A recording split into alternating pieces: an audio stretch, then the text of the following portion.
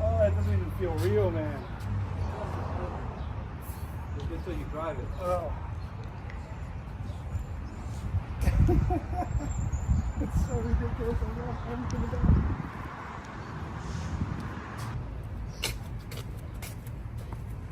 It's in the app now. Mm-hmm. Woo!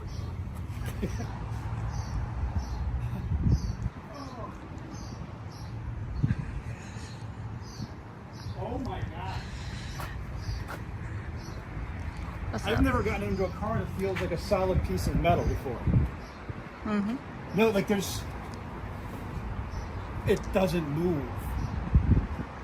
That's incredible. Holy crap, the options on here are so much different.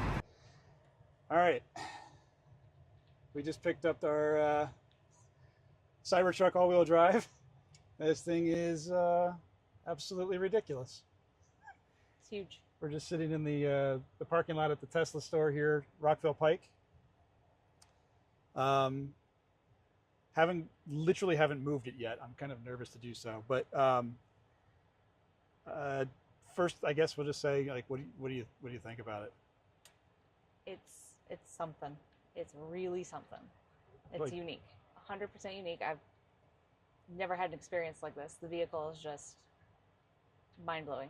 It's just next level. Yeah, yeah. They pulled it around the corner, and I was like shaking. I was so freaking excited. Like a child. It was so cute. I almost cried. It was just so exciting. Yeah. Being in this thing and realizing that this is mine is like a surreal dream. It almost feels better not to have seen another one in person, like being able to sit in somebody else's. Yeah. Because the experience of it's like Christmas. The first time experience. Yeah. It's like Christmas. Yeah. Yeah. So. Yeah, let's get this thing on the road and let's do it. Try her out. So, as you can see, I am driving a Cybertruck, my Cybertruck, and I've had it for coming up on about a week now, and it is equal parts insanity and awesome and over the top. Everything about it is absolutely ridiculous. There's really no way, and I've said this to a few people, and they agree with me when they finally get to see it. There's really no way to properly describe this vehicle without you just seeing it, without you seeing it in person. You really can't understand the scale of it. It's not quite as big as some people think it is. It's bigger than other people think it is. It's not as ugly as some people think it is. It's uglier than other people think it is. They thought it was, rather. It is, without a doubt, the single most unique vehicle on the road. Literally everybody who's passing me right now is staring at the car. They're unable to keep their eyes off of it.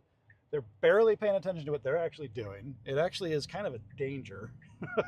I've had people literally pull up next to me and stop in the lane, even when they had the right of way, to take pictures of it. I've had people take selfies out the back of their window as they were driving in front of me. People have turned around and done a U-turn to follow me. It's extremely attention-getting. Nobody can ignore this thing. And people just walk right up and say, what the hell is this? And where did you get it? Some people ask me if I've made it. They're always surprised, if they don't know what it is already, they're always surprised to hear that it's a Tesla. I think that's the funniest thing, is that they say, oh my God, it's a Tesla?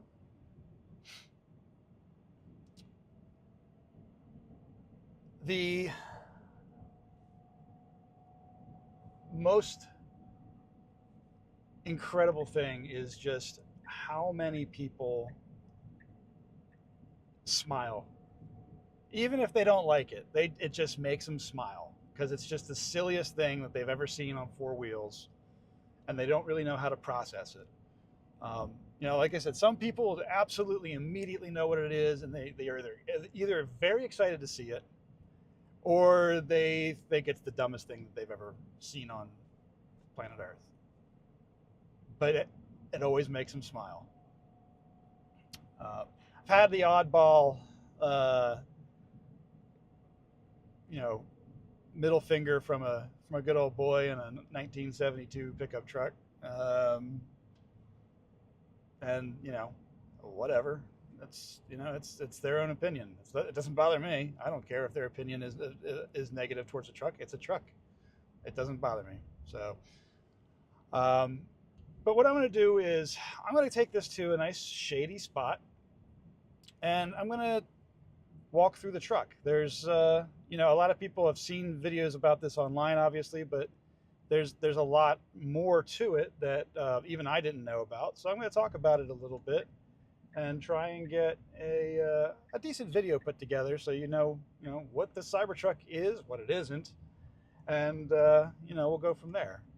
So I'm going to go ahead and just get over to this place that I was thinking it would be a really nice little quiet spot to record and walk around the truck. So I'm going to get over there, and then I'll meet you back on the video. So what you're looking at is the single most polarizing vehicle ever sold.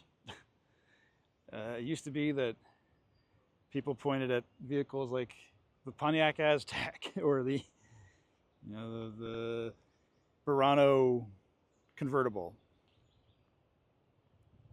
People either love this thing or they hate it.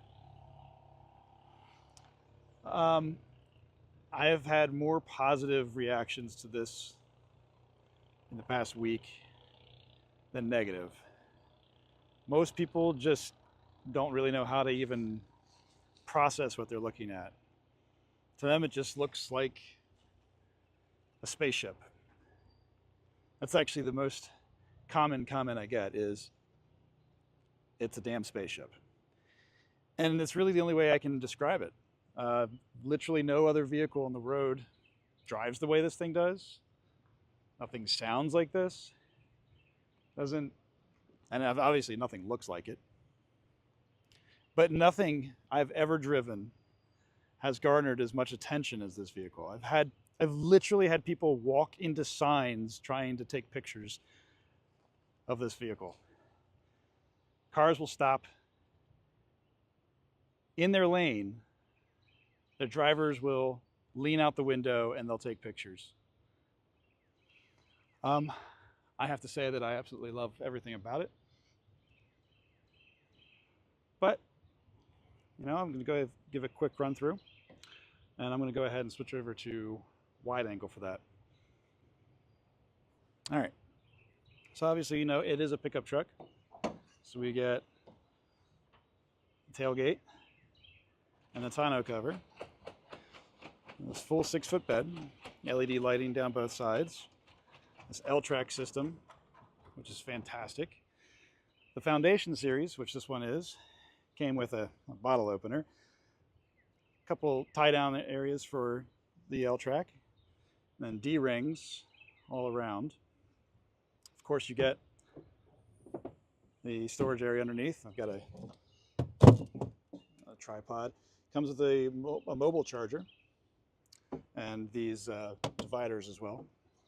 Of course, in the trunk, or the bed actually, we actually have two 110s and a 240.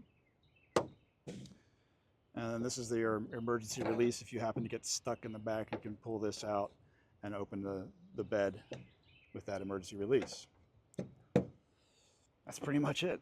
The tailgate is not assisted backup, but it does soft close. Behind this plastic trim piece is the hitch and all the electronics for the hitch. Here's your reversing lights. And then the markers down there. And of course the entire tail light is on the top of this trim piece here is all the tail light. Closing the tonneau cover is pretty simple. Just hit that button again and it's pretty quiet.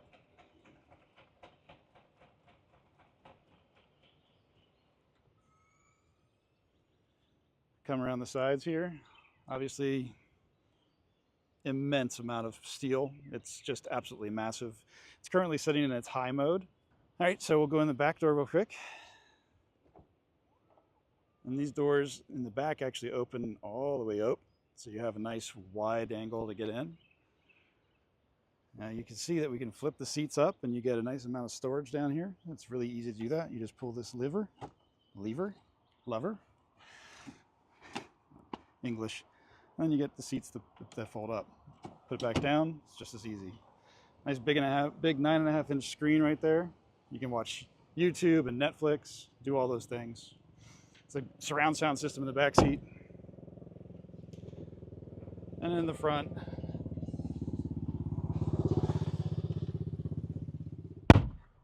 nice big thud. In the front, it is a Tesla through and through. You know, very, very minimal interior. No buttons, just a nice big screen. And of course, now we have the Squircle or the Squoval or whatever you want to call it, where it is not a traditional steering wheel. It is more square, more rectangular. I'm going to go ahead and turn on my other camera at the same time so you can see what I'm doing. So you can see I've got my phone and I'm just walking around with it. The entire interface is very, very similar to what the Model Y and Model 3 are getting right now. So if you have an AMD Ryzen Model 3 or Model Y, you're going to get this interface. So you have a full 3D model of the vehicle, and there's different things around the vehicle that you can touch on. So I can change the ride height right here. I can open up the tonneau cover right here. I can open the tailgate right here. I can open the charge port, and of course I can open the frunk. So if I just hit that button, the frunk opens right up. Okay, pretty straightforward. The interface itself is very, very, very similar to all other Teslas, other than the fact that the graphics are a little bit different. What is very unique to the Cybertruck are all the options. Now you get ride height, tonneau cover, the glove box, which I'm going to have to enter my PIN, opens up as a drawer. So it's a drawer, not a flop down. So if I close that, that's pretty cool. And then now with new versions of software, you have car wash mode right on the front. But then we have a lot more interesting things that the Cybertruck gets that nobody else does, like engage rear locking differential or slippery surface mode, off-road mode, which kind of exists on a Y, goes into far more capable things than you could ever do with a Model Y. Here's this new trail assist mode. It's like cruise control, but for off-roading. It doesn't turn off when you tap the brakes. So if you set it for 4 miles an hour and you're on a trail, you can concentrate on the steering and still use the brakes and it will still maintain 4 miles an hour. You can decelerate, faster on Baja mode. So you come off of the acceleration and it will immediately start braking harder. But then the biggest difference is the new off-road app, which changes everything. So you immediately get this view of your front and rear motor temps, your locking differential status. Right now they're not locked. I'm not going to lock them because I'm not anywhere near an off-road area. You get to see all of your tire pressures, the battery temperature. You can choose Overland or Baja mode. Baja mode allows you to change your handling balance, stability control to either standard, rear, or minimum. And we can turn our locking differentials on here. And you can choose what type of terrain you're on, smooth, rugged, and then even clearance. So right now I'm in 10 inches of ground clearance. If I go into rugged, it's going to increase my ground clearance to 12.2. If I go into clearance mode,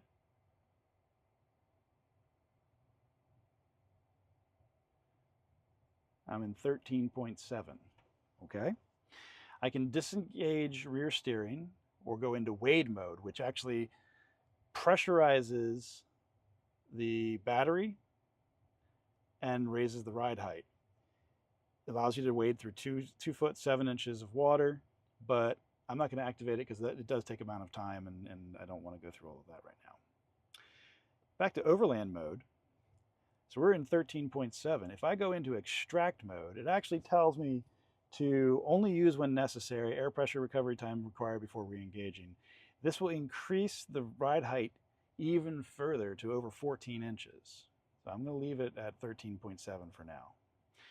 Pitch and roll, compass, all of this information right in front of you, and you can really kind of customize what you're doing off-road. And of course, you get your cameras right up front and center. So this is a really, really nice view. Great information right on the dash for you. And of course, you can just kind of come out of it as you need. I'm going to go back out of off-road mode for now. Back into the regular driving mode. We have a towing and hauling screen, where you can put your car into trailer mode, adjust the brake boost, adjust the brake gain, and then you actually even have the right scroll wheel trailer brake. Adaptive regenerative braking improves more stopping power based on estimated weight of the trailer. And then a trailer alarm. So if you hook up a trailer with electronics and somebody tries to disconnect it, the alarm of the vehicle will go off and you get a notification on your app. Other things that are unique to the Cybertruck is the outlets and mods page. There are 2 pre-wired available accessory locations, one in the front and one on the roof. It's actually right above where my hand is right here. This will allow you to attach a light bar. And then there's some companies out there that are making ditch lights and some other accessories for the front, and the power feed can be turned on and off right here. This button here controls the outlets on the inside of the vehicle. There's one inside of this, and there's one behind here. And then there's the 2 outlets inside the bed itself. You can turn those outlets on and off right here. You're actually able to have them turned on when you get in the vehicle, or you can keep them on for 12 hours. Now, Cyber Tent mode actually allows you to turn on these outlets and level the truck so the bed is level for your tent. And then other Cybertruck specific things. There's really not many other things that aren't going to be showing up in other vehicles. There's a handful of small features, but nothing that's going to be,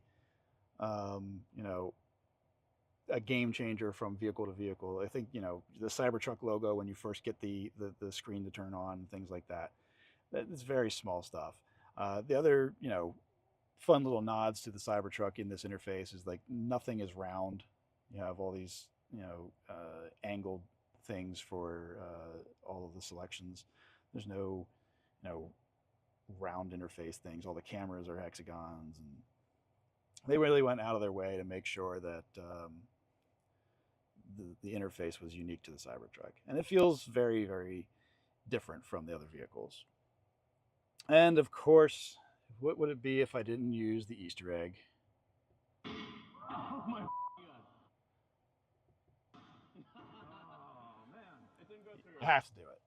So the Cybertruck on the inside, the technology is fantastic. If you have other Teslas or if you've driven other Teslas, it's very, very similar, especially with the new updates for the 3s and the Ys. We have an Intel-based 3 and an Intel-based Y, so we don't get this update in our car.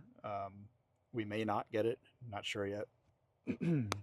And of course, the other, thing that's hanging over the team right now is there's no autopilot yet, right? So we do have traffic-aware cruise control.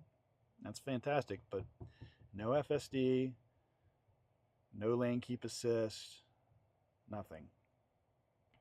So going from both of our other Teslas have FSD to this vehicle, it's definitely taking a lot more effort to drive, which is fine. I need to get used to driving such a big vehicle, but I do miss the FSD. I do miss having the ability to just put the car in drive and pay attention to what's happening around the world. So a couple accessories that you might see. I just touched this is the MagBak MagSafe charger. So the wire routes behind the screen down right here. You can barely see it through the trim and plugs in back behind here in the back seat. It's fantastic. The truck has wireless chargers right here. So here's another phone, and it will charge these, but that phone is incredibly warm right now. So it does a better job of warming your phone than charging it. So I rarely ever use this for charging. Steering wheel, like I said, the Squircle or Squoval, depends on what you want to call it. I thought it would take me a lot longer to get used to having my turn signals here, and it's second nature now. This, for the headlights, is a little bit weirder. That one, it takes a lot more effort to do the headlights. This button here, I have it set right now to bring up the ride height when I long press on it. So I can adjust my ride height right here. I just scroll through whatever I want. And somebody just driving by. And then on the right side, you have this button turns on autopilot. This is your ridiculous windshield wiper. And then voice control.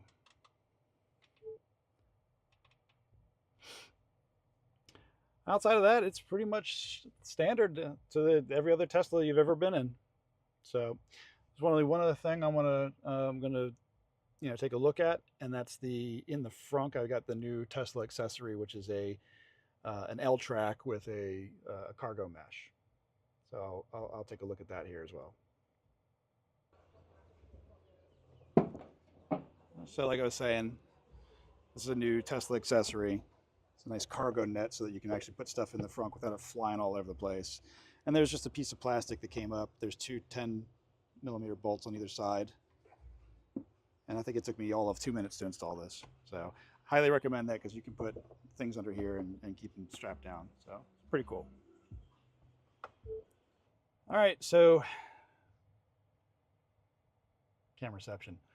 What do I think ultimately?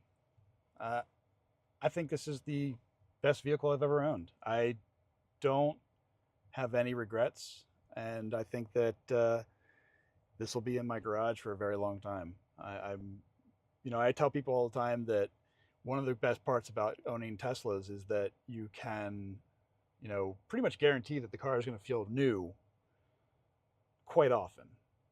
We've got the 3 and the Y, and with the updates that we've gotten over the years with those, the vehicle feels new on a regular basis. We get big updates that add new features or change different things, and it's a major benefit to the platform. So this thing will feel new for a very long time. I mean, the update they pushed the other day that came with that off-road app it decreased the turning radius by 1.6 feet. The thing turns like a Volkswagen Golf. It's insane.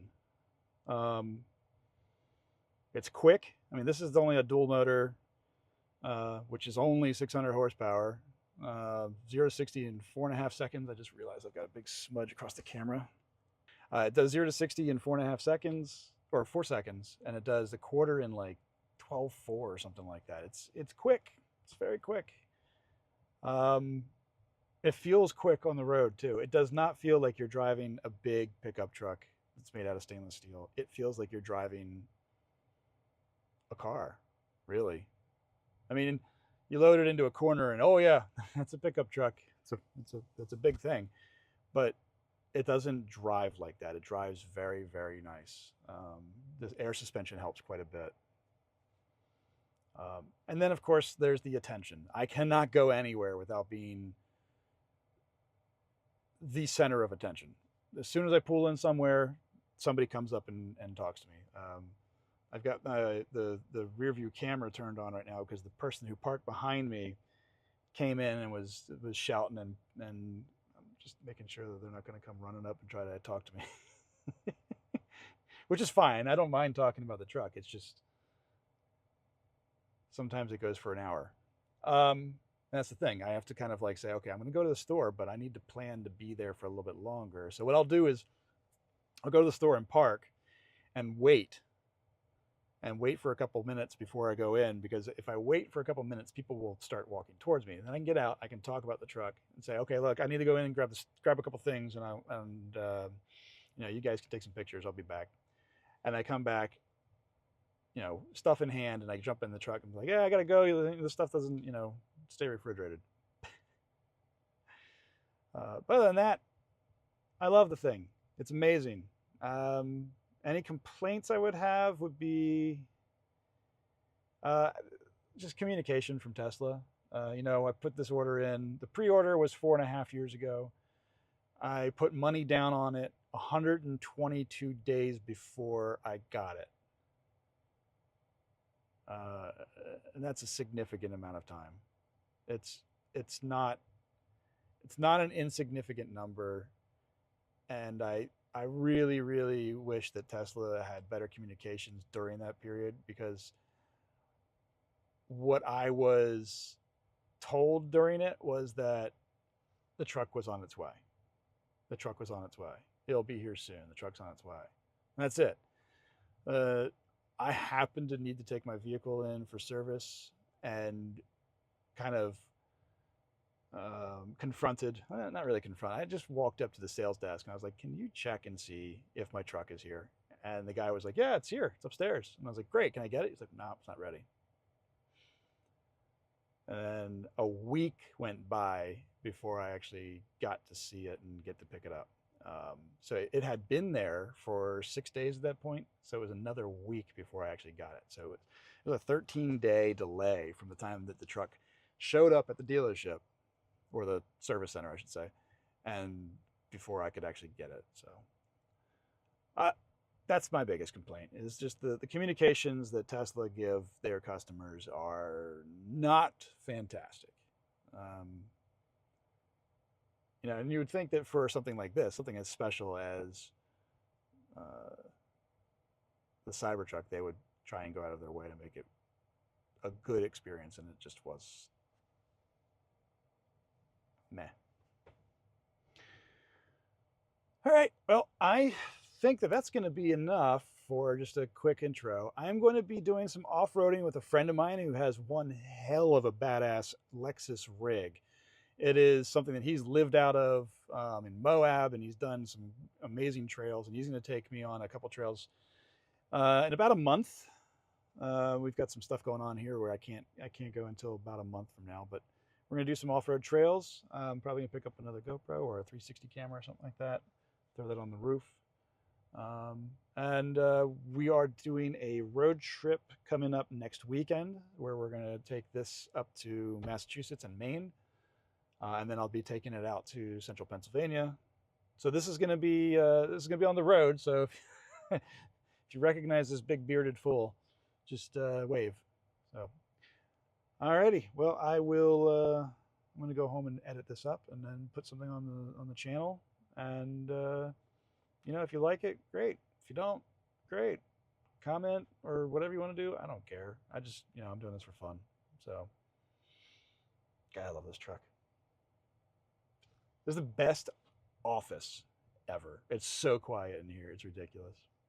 So, all right, I'm gonna get out of here. I'm garnering a lot of attention right now. There's like 6 cars that are piling up behind me, and I'm kind of nervous about one of them. So I'll just sit here in my tank.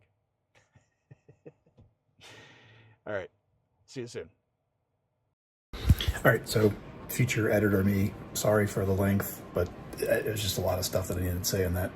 Also, that last little comment I said about an awesome office, I've actually spent 2 days and about 2 hours each day literally just sitting in the back seat of my truck working on my laptop, and it is so nice because it's basically silent inside and you can't hear the outside world and you have the perfect temperature. It's fantastic. Don't knock it till you try it. Anyway, thanks for watching.